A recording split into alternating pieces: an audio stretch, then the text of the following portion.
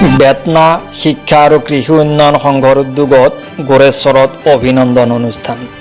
সদ্য ঘোষিত উচ্চ আৰু উচ্চতৰ মাধ্যমিক পৰীক্ষাত সুখ্যাতিৰে উত্তীৰ্ণ হোৱা ছাত্ৰ ছাত্ৰীসকলক আজি বেতনা শিক্ষা আৰু কৃষি উন্নয়ন সংঘৰ তৰফৰ পৰা অভিনন্দন আৰু সম্বৰ্ধনা জ্ঞাপন কৰা হয়।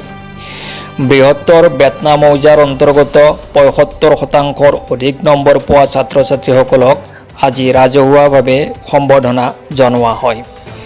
সংঘৰ সভাপতি কৰুণাকান্ত ডেকাৰ সঞ্চালনাত অনুষ্ঠিত সভাত সৰ্বমুঠ ৯৫ গৰাকী কৃতি ছাত্ৰ ছাত্ৰীক অভিনন্দন জ্ঞাপন কৰা হয়।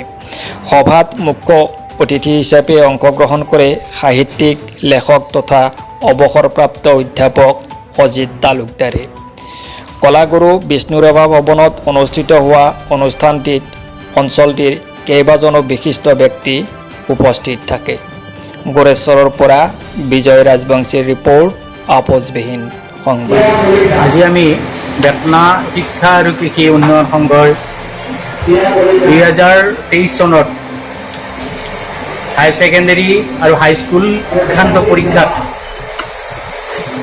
উত্তীৰ্ণ যিখিনি ছাত্ৰ ছাত্ৰী, বিশেষকৈ 75%ৰ ওপৰৰ যিখিনি নেকি কৃতি ছাত্ৰ ছাত্ৰী, এইখিনিক আমি সম্বৰ্ধনা জনোৱাৰ আজি ব্যৱস্থা কৰিছোঁ।